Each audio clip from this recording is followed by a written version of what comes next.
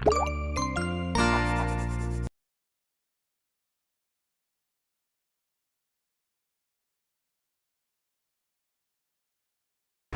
वालेकुम स्टूडेंट्स, जैसा कि हमने अपने प्रीवियस लेक्चर में लेक्चर नंबर 9 में circulatory system of the frog पे अपने डिस्कस किया था। अब इस लेक्चर में हम दो सिस्टम्स को डिस्कस करने वाले हैं, एक excretory system of the frog and दूसरा respiratory system of the frog. जैसा कि हमें पता है कि excretory system of the frog क्या होता है, उसमें जितने भी नाइट्रोजेनियस वेस्टेज होते हैं, वो वेस्ट प्रोडक्ट्स होते हैं, वो फ्रॉग की बॉडी रिमूव आउट करती है अपनी स्किन के थ्रू और क्लोएका के थ्रू। और रेस्पिरेटरी सिस्टम में क्या होता है कि ब्लड हम ब्रीथ इन करते हैं ऑक्सीजन एंड कार्बन डाइऑक्साइड को आउट करते हैं, और उसके साथ साथ ये एक बायोकेमिकल प्रोसेस है जिसमें क्या होता है कि ग्लूकोज ऑक्सीजन की हेल्प से ब्रेक आउट होता है और बॉडी को एटीपी एनर्जी प्रोवाइड होती है। In the case of ATP क्या होती है, एनर्जी रिलीज होती है जो हमारी बॉडी को एनर्जी प्रोवाइड करती है। सो ये दो सिस्टम्स हैं जो आज हम डिस्कस करने वाले हैं। जैसा कि यहाँ पे हम रेस्पिरेटरी सिस्टम को फ्रॉग के अंदर जो रेस्पिरेटरी सिस्टम होता है वो उसको हम पल्मोनरी रेस्पिरेशन भी बोलते हैं। पल्मोनरी रेस्पिरेशन क्यों बोलते हैं? क्योंकि यहाँ पे जो एयर होती है, यहाँ पे जो गैसेस होती हैं, सबसे पहले एयर पासेज वे से अंदर इंटर होती है फ्रॉग की बॉडी में। सबसे पहले यहाँ पे एयर पासेज में नोस्ट्रल आता है। नोस्ट्रल क्या है? ये एक ओपनिंग होती है नोस्ट्रल, जहाँ से एयर इंटर होती है। उसके बाद माउथ से इंटर होती हुई, बकल कैविटी से इंटर होती हुई ये ग्लोटिस के पास जाती है। ग्लोटिस क्या होती है? ये एक ओपनिंग एंड क्लोजिंग जगह होती है जहाँ से हमारा लेरिंग्स, जहाँ पे वोकल कॉर्ड्स होते हैं, वहाँ वो एरिया एंड ट्रेकिया का एरिया स्टार्ट होता है। अब ट्रेकिया के बाद, इस जगह के बाद जो हमारे लंग्स के दरमियान ये जो बोन लाइक स्ट्रक्चर होता है, ये फ्रॉग के पास भी होता है। फिर ट्रेकिया के बाद लंग्स आते हैं। लंग्स में क्या होती है? रेस्पिरेशन होती है। वहाँ पे ऑक्सीजन की एब्जॉर्प्शन की जाती है, और एब्जॉर्प्शन के बाद ब्लड की ऑक्सीजनेशन की जाती है। ऑक्सीजनेशन क्या होता है? जिसमें अंदर हमारा ब्लड रिफ्रेश किया जाता है और रिफ़िल किया जाता है ऑक्सीजन की हेल्प से, और ऑक्सीजन फ्रेश हो जाता है।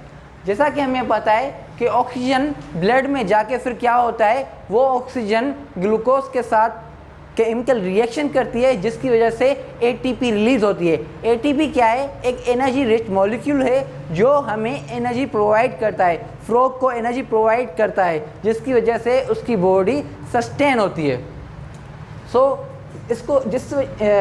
इसलिए हम पल्मोनरी रेस्पिरेशन बोलते हैं रेस्पिरेटरी सिस्टम ऑफ फ्रॉग को। यहाँ पे मैंने एक टाइप डिस्कस किया है, लेकिन फ्रॉग के अंदर दो टाइप्स और भी होते हैं रेस्पिरेशन के। एक तो हमने पल्मोनरी रेस्पिरेशन डिस्कस की जो डायरेक्ट लंग्स में होती है, और दूसरी रेस्पिरेशन स्किन के थ्रू होती है। क्योंकि फ्रॉग एक एम्फीबियन है, और एम्फीबियन होने की वजह से उसकी जो स्किन होती है वो मॉइस्चराइज्ड होती है। मॉइस्चराइज्ड होने की वजह से वहाँ से गैसेस का एक्सचेंज होना बहुत ही ईजिली होता है, जिसकी वजह से ऑक्सीजन स्किन के अक्रॉस एक्सचेंज हो सकती है। स्किन से जैसे ही ऑक्सीजन एक्सचेंज होगी तो वहाँ पे स्किन के दरमियान बीच में, जैसे यहाँ पे क्यूटेनियस क्या होंगी? क्यूटेनियस वीन्स होंगी जो ऑक्सीजन को कलेक्ट करके हार्ट के पास लेके जाएंगी। हार्ट के पास जाने के बाद पूरी की पूरी ऑक्सीजन वहाँ से पूरी बॉडी में स्प्रेड आउट हो जाएगी। एक तो स्किन के जरिए होती है, एक पल्मोनरी रेस्पिरेशन जो लंग्स में होती है, दूसरी स्किन के जरिए होती है, और तीसरी रेस्पिरेशन भी होती है फ्रॉग में, वो होती है माउथ के थ्रू। माउथ के अंदर जो उसकी जो लाइनिंग होती है, ऊपर का सरफेस होता है, उसमें उसकी जो मेम्ब्रेन होती है, माउथ की surface membrane, outer surface membrane, वहाँ से भी गैसेस की एक्सचेंज होती है, क्योंकि वो लाइनिंग बहुत ही ज़्यादा बारीक होती है, जिसकी वजह से ऑक्सीजन विदाउट एनी फोर्स वहाँ से इंटर हो सकती है, और इंटर होने के बाद वो क्यूटेनियस क्यूटेनियस आर्टरीज के थ्रू वो पूरी की बॉडी में स्प्रेड आउट हो जाती है। सो ये 3 टाइप्स हमने पढ़े रेस्पिरेशन के, किसमें? फ्रॉग में। एक पल्मोनरी रेस्पिरेशन जो फ्रॉग में होती है, एक skin respiration and mouth respiration. ये 3 टाइप्स की रेस्पिरेशन है जो फ्रॉग में होती है। उसके बाद हम डिस्कस करेंगे एक्सक्रीटरी सिस्टम पे। एक्सक्रीटरी सिस्टम, इसमें क्या होता है? नाइट्रोजनियस वेस्ट खारिज होते हैं जैसे यूरिया, अमोनिया।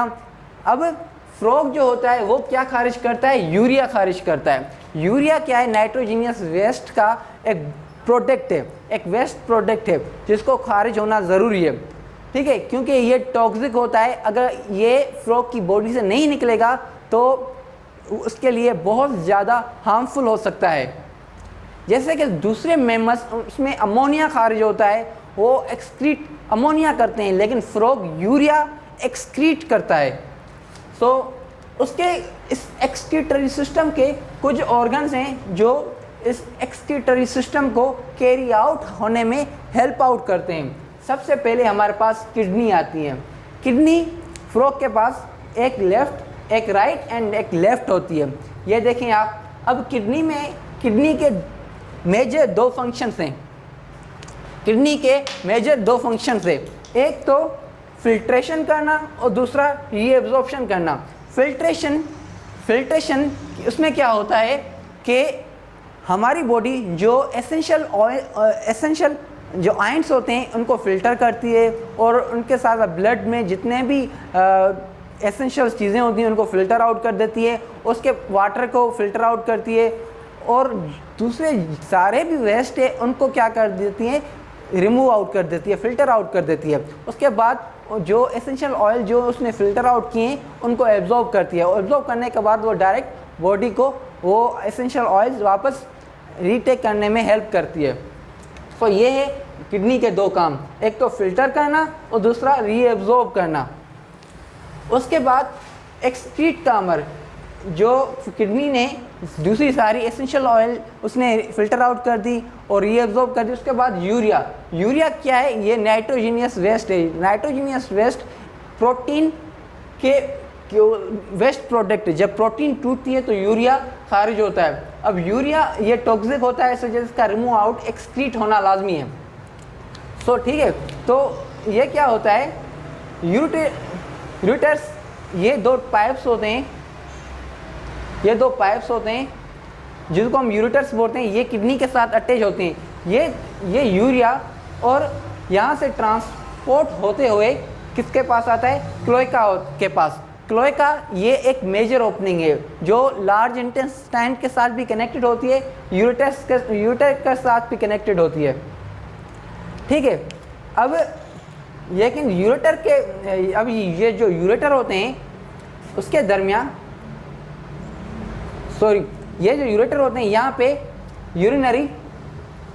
यूरिनरी ब्लैडर होता है। यूरेटर्स के पास ये जो ट्यूब्स होते हैं ये कनेक्ट होते हैं यूरिनरी ब्लैडर पे।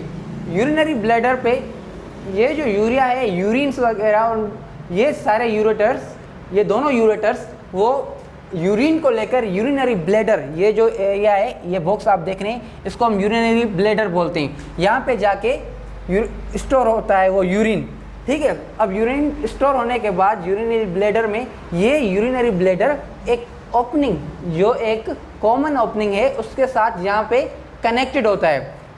फिर यहाँ पे इस ओपनिंग को हम बोलते हैं क्लोएका, ये ओपनिंग होती है। फिर वहाँ से उस यूरिन को एक्सक्रीट आउट किया जाता है, यूरिया को एक्सक्रीट आउट किया जाता है, निकाला जाता है। सो ये अमल है एक्सक्रीशन का।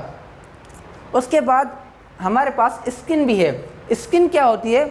इसमें क्या करती है? स्किन भी वेस्ट को, यूरिया को, साल्ट को एक्सक्रीट आउट होने में हेल्प आउट करती है। जैसा कि मैंने बताया कि फ्रॉग की स्किन मॉइस्चराइज होती है, ऑक्सीजन में भी हेल्प आउट करती है, एंड एक्सक्रीटरी सिस्टम को कैरी आउट करने में भी हेल्प आउट करती है। सो ये सारी चीज़ें हमने आज पढ़ी रेस्पिरेटरी सिस्टम में एंड एक्सक्रीटरी सिस्टम में।